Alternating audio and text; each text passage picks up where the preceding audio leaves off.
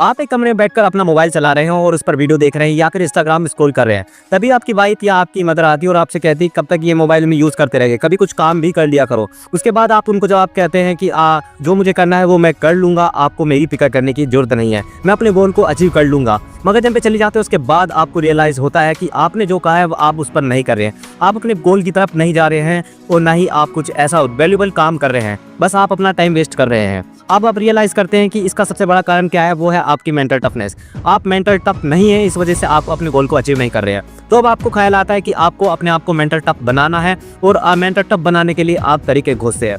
तो अब इसके दो ही तरीके हैं कि मेंटल टफनेस को किस तरीके से अचीव किया जा सकता है। मेंटल टफनेस के लिए आपको बायोलॉजिकल और फिजिकल दोनों में ही बेस्ट होना पड़ेगा।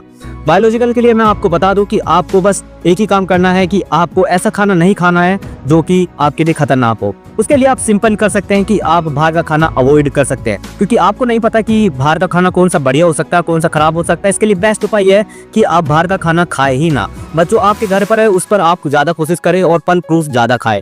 इससे कि आपके जो ब्रेन को है उससे ज़्यादा एनर्जी मिलेगी और बायोलॉजिकली आपका ब्रेन थोड़ा स्ट्रॉन्ग होगा, जिससे कि वो आपके फंक्शन जो बॉडी फंक्शन है उनको अच्छे से काम करेगा। अब आते दूसरी जगह, वो है आपका साइकोलॉजिकल। इसके लिए मैं आपको एक स्टोरी बताता हूँ। मान लीजिए आप एक अभी 15-16 साल के एक लड़के हैं और आप 10th या 12th में पढ़ रहे हैं और वहाँ पर आपके स्कूल के बच्चे आपको बहुत ज़्यादा तंग करते हैं, यानी आपके साथ ज़्यादा मजाक मस्ती या फिर आपको बहुत ही ज़्यादा तंग करते हैं, आपको बहुत ज़्यादा टॉर्चर करते हैं। मगर फिर आपका बड़ा भाई आता है और रेस ट्रैक पर आपको लेकर जाता है और कहता है कि आपको इन सब चीज़ों को भूल कर केवल दौड़ना है, आपको सभी को पीछे करना है, आपको बहुत तेज बनना है इस टाइम का। आप उसकी बात मान लेते हो, आप रेसिंग करना चालू कर देते हैं। आप उस टाइम में जो है स्कूल के सबसे बेस्ट रेसर बन जाते हैं और थोड़े टाइम में आप कॉलेज के भी बेस्ट रेसर बन जाते हैं। उसके बाद 19 साल की उम्र में आप जो है ओलंपिक के लिए क्वालिफाई हो जाते हो। ओलंपिक में आप इतनी अच्छी तरीके से दौड़ते हैं कि मान लो जर्मनी का जो हिटलर है वो आपसे मिलना चाहता है, मगर आप मना कर देते हैं। उसके बाद वर्ल्ड वॉर 2 में आप एक आर्मी में ज्वाइन कर लेते हैं और वर्ल्ड वॉर 2 में आप अपने देश को रिप्रेजेंटेटिव करते हैं। मगर एक प्लेन में जाते हुए आपका प्लेन क्रैश हो जाता है और आप जाकर समुद्र में गिर जाते हैं, जिससे कि आपकी टीम और आप जो है उसमें सर्वाइव करते हैं अपनी एक नौका में। आप 20-22 दिन तक उसमें रहते हैं और बिना खाना बिना पानी के, पानी पीने के लिए आप 22 का पानी का सहारा लेते हो, खाने के लिए आप केवल मछली को खाते हैं सो के। और कुछ दिनों बाद जब 20-30 दिन हो जाते हैं, उसके बाद जब आपको किनारे पर जाया जाता है तो आप देखते हैं कि आप इस टाइम जापान की सेना के हाथ हैं और वे आपको मेंटली टॉर्चर करते हैं और आपको मजबूर करते हैं, इतना ज़्यादा मजबूर करते हैं मार मार के कि आप अपने देश के खिलाफ रेडियो पर बोले। मगर आप तब भी नहीं बोलते। आपको एक खंबा हाथ में दे दिया जाता है कि अगर तुमने ये गिराया मैं आपको जान से मार दूंगा, मगर आप तब भी मुस्कुराकर उस ऑफिसर की आंखों में आंखें डाल कर देखते हैं और फिर भी आप उसको नहीं करते। वो आप अपनी मेंटल टफनेस खोकर आपको मारने लगता है और आप फिर भी नहीं झुकते। कुछ दिनों बाद वर्ल्ड वॉर खत्म हो जाती है और आप अपने देश वापस चले जाते हैं, मगर आप तब भी परेशान रहते हैं कि क्या मैं वो ऑफिसर को मारने जाऊं। मगर आप 6 महीने बाद आप खुद अकेले में बैठकर अपने आप से सोचते हैं कि आप अपनी पुरानी यादों को ताज़ा करते हैं कि आपने क्या क्या झेला है, उस ऑफिसर ने आपके साथ क्या क्या किया है। मगर उन सभी के सोचने के बाद आप कहते हैं कि मैंने जाओ तुम्हें माफ़ किया। और इसके बाद ये बिल्कुल एक सच्ची कहानी है जर्मन के ऑफिसर की। मगर वे उस जापान के ऑफिसर से मिलने भी जाते हैं, मगर वो मिलने से मना कर देता है। तब वे उन्हें एक लेटर भी लिखते हैं कि मैंने तुम्हें माफ़ किया। अब ये कोई लड़ाई का अंत नहीं है, ये जो माफ़ करने की शक्ति है वो आपको अंदर से स्ट्रॉन्ग बनाती है। कहने का मतलब ये है कि आप भारी लड़ाई को भूल जाइए कि आपके साथ किसने क्या किया और कैसे किया, क्या ईर्ष्या है क्या द्वेष है, सब चीज़ों को भूल जाइए।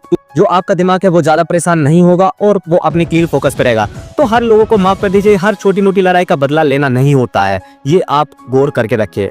मेंटल टफनेस के लिए एक और एक्सरसाइज बहुत ज़्यादा जरूरी है। आप अपने आप को हमेशा पेन में रखें, आपने जो किया है उससे बेस्ट करने की हमेशा कोशिश करें।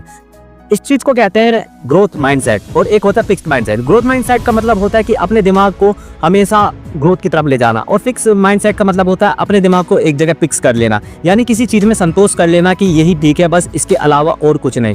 मगर अगर आप ग्रोथ माइंडसेट सेलेक्ट करते हैं तो आपको हर बार अपने आप को चैलेंज करना होगा। अगर मान लो आप आज 5 पुशअप लगा रहे हैं तो आपको अपनी फिर अगले दिन 6 लगानी होगी और उससे अगले दिन 7 लगानी होगी। इसी चीज़ को आपको करते रहना है। इसी चीज़ से आपकी मेंटल टफनेस बढ़ेगी और अपने माइंड को हमेशा ग्रोथ माइंडसेट पर रखें, यानी जो आपने अभी अचीव किया है उस पर फिक्स ना होकर उससे भी ऊपर चीज़ों को अचीव करें, तभी आपकी मेंटल टफनेस बढ़ सकती है। तो एक बार मैं वीडियो को पूरा समराइज कर देता हूँ कि मैंने आपको क्या बताया। हर बार जब इरिटेट हो, इसका मतलब ये नहीं कि दूसरे वाले की गलती हो, हमेशा आपके खुद के दिमाग की भी गलती होती है, उसे भी आपको देखना चाहिए।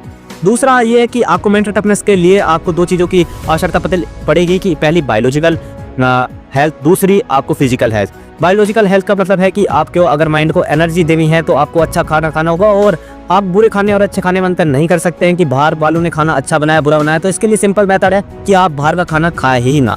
दूसरा, आपकी मेंटल टफनेस को मैंने कहा है कि फिजिकल जो टफनेस है उसके लिए आप दूसरों को माफ कर दीजिए, उन पर अपना ब्लेम ना थोपे। कुछ गलत हो जाता है, कुछ सही हो जाता है, उसकी जिम्मेदार आप खुद होते हैं। दूसरों वालों को आप बिल्कुल माफ कर दीजिए, जो कर रहे हैं करने दीजिए, उनसे आपको कोई मतलब नहीं रखा।